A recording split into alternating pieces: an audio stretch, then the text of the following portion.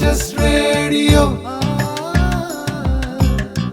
Sivagiri HS Radio. സാ സദ സനിധ പനിധ മഗ മഗരി സ.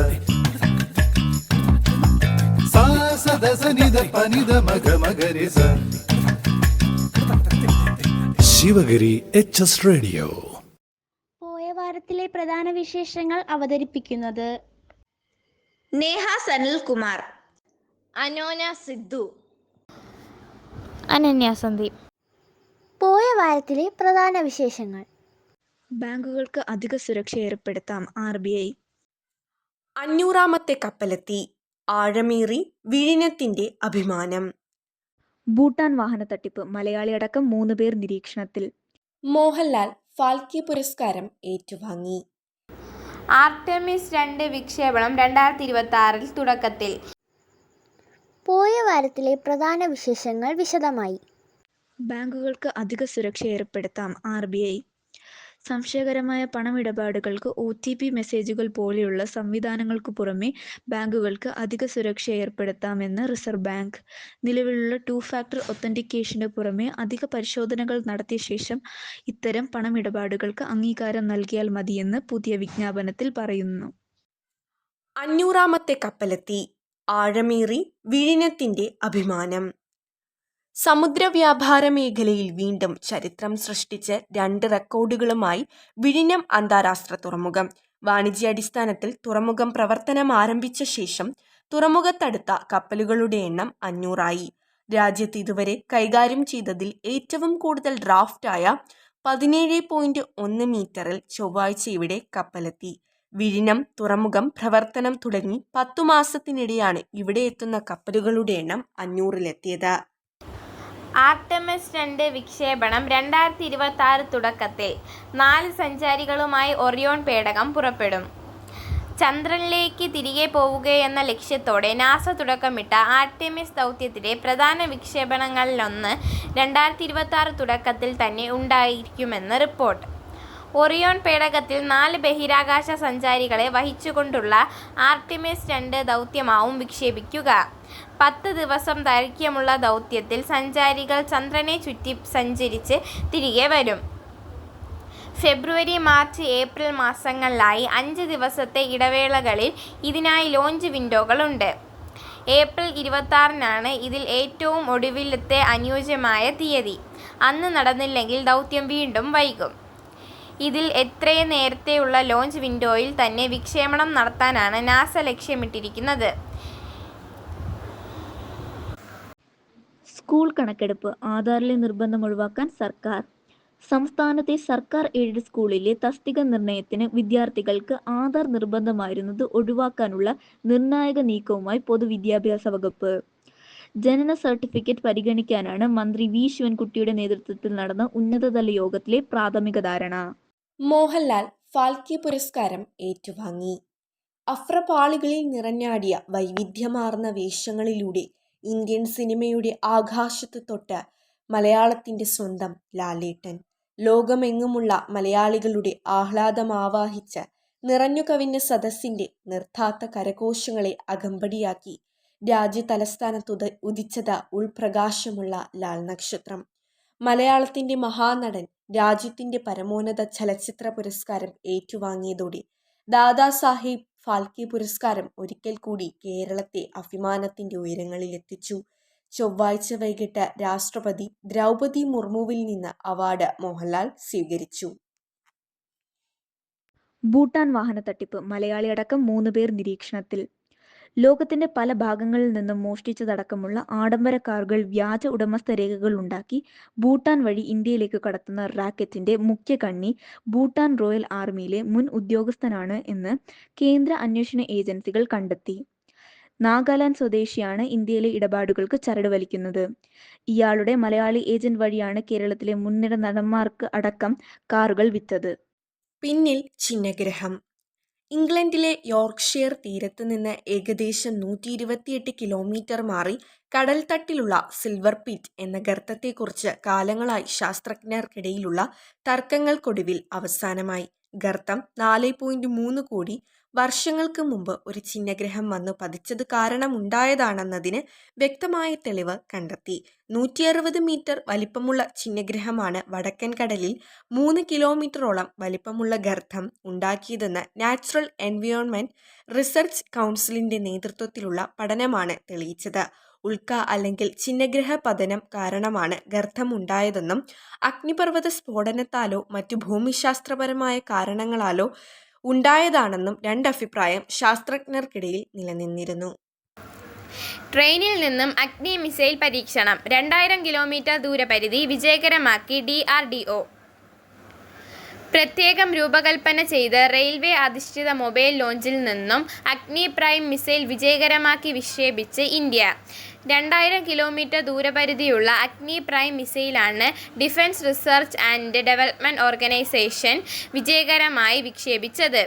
ഇത്തരത്തിലുള്ള ആദ്യ വിക്ഷേപണമാണിതെന്ന് പ്രതിരോധന മന്ത്രി രാജ്നാഥ് പറഞ്ഞു.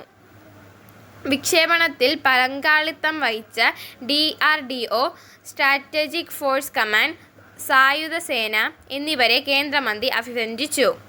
2000 കിലോമീറ്റർ വരെ സഞ്ചരിക്കാൻ കഴിയുന്ന തരത്തിലാണ് ഈ അടുത്ത തലമുറ മിസൈൽ രൂപകൽപ്പന ചെയ്തിരിക്കുന്നത്. കൂടാതെ വിവിധ നൂതന സവിശേഷതകളും ഇതിൽ സജ്ജീകരിച്ചിട്ടുണ്ട്. പ്രത്യേകം രൂപകൽപ്പന ചെയ്ത റെയിൽവേ അധിഷ്ഠിത മൊബൈൽ ലോഞ്ചിൽ നിന്ന് നടത്തിയ ഇത്തരത്തിലുള്ള ആദ്യ വിക്ഷേപണമാണ് ഇത്. ഗാസ സിറ്റിയിൽ ആക്രമണം ശക്തമാക്കി ഇസ്രയേൽ. സഹായവുമായി പോയ 50 കപ്പലുകളുടെ നേർക്ക് ഡ്രോൺ ആക്രമണം. ഗാസ സിറ്റിയിൽ ഇസ്രയേൽ സേന ആക്രമണം ശക്തമാക്കിയതോടെ 50 പാലസ്തീൻകാർ കൂടി കൊല്ലപ്പെട്ടു. ഗാസ സിറ്റിയിൽ സെൻട്രലിലേക്ക് മുന്നേറുന്ന ഇസ്രയേൽ കരസേനയെ പിന്തുണച്ച ശക്തമായ വ്യോമാക്രമണവും ഉണ്ടായി. നുസറേത്തിൽ മാത്രം 13 പേർ കൊല്ലപ്പെട്ടു. നഗരം വിടണമെന്ന ഇസ്രയേൽ സേനയുടെ മുന്നറിയിപ്പ് അവഗണിച്ച് ഒട്ടേറെ പേർ ഗാസ സിറ്റിയിൽ തുടർന്നത് സ്ഥിതി ഗുരുതരമാക്കുന്നു. ഗാസയിലേക്ക് സഹായവുമായി പോയ 50 കപ്പലുകളുടെ നേർക്ക് ഇസ്രയേൽ ഡ്രോൺ ആക്രമണം ഉണ്ടായതിനെ തുടർന്ന് കപ്പൽ വ്യൂഹത്തെ സംരക്ഷിക്കുന്നതിനായി ഇറ്റലി ഒരു നാവികസേനാ കപ്പൽ അയച്ചു. പോയ വാരത്തിലെ പ്രധാന വിശേഷങ്ങൾ ഒരിക്കൽ കൂടി. ബാങ്കുകൾക്ക് അധിക സുരക്ഷ ഏർപ്പെടുത്താം RBI. 500ാമത്തെ കപ്പലെത്തി. ആഴമേറി വിഴിഞ്ഞത്തിന്റെ അഭിമാനം. ഭൂട്ടാൻ വാഹന തട്ടിപ്പ്, മലയാളിയടക്കം 3 പേർ നിരീക്ഷണത്തിൽ. മോഹൻലാൽ ഫാൽക്കെ പുരസ്കാരം ഏറ്റുവാങ്ങി. ആർടെമിസ് 2 വിക്ഷേപണം 2026 തുടക്കത്തിൽ.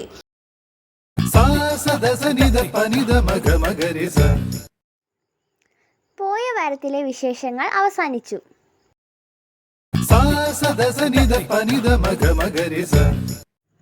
ശിവഗിരി HS റേഡിയോ കേൾക്കൂ, സമ്മാനങ്ങൾ നേടൂ. ഉത്തരങ്ങൾ അയക്കേണ്ട വാട്സപ്പ് നമ്പർ 94 97 26 72 72.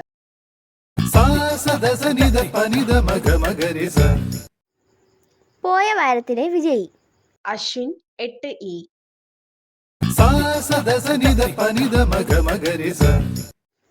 പോയ വാരത്തിലെ ചോദ്യവും ഉത്തരവും.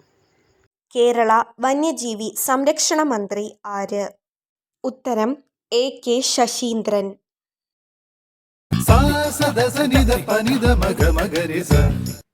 ശിവഗിരി HS റേഡിയോ ആഴ്ചയിലെ ചോദ്യം. 2025 സെപ്റ്റംബർ 23-ന് ന്യൂഡൽഹിയിൽ നടന്ന 71ാമത് ദേശീയ ചലച്ചിത്ര അവാർഡ് ദാന ചടങ്ങിൽ വിജയികൾക്ക് ആരാണ് അവാർഡുകൾ സമ്മാനിച്ചത്? ഉത്തരങ്ങൾ അയക്കേണ്ട വാട്സപ്പ് നമ്പർ 94 97 26 72 72.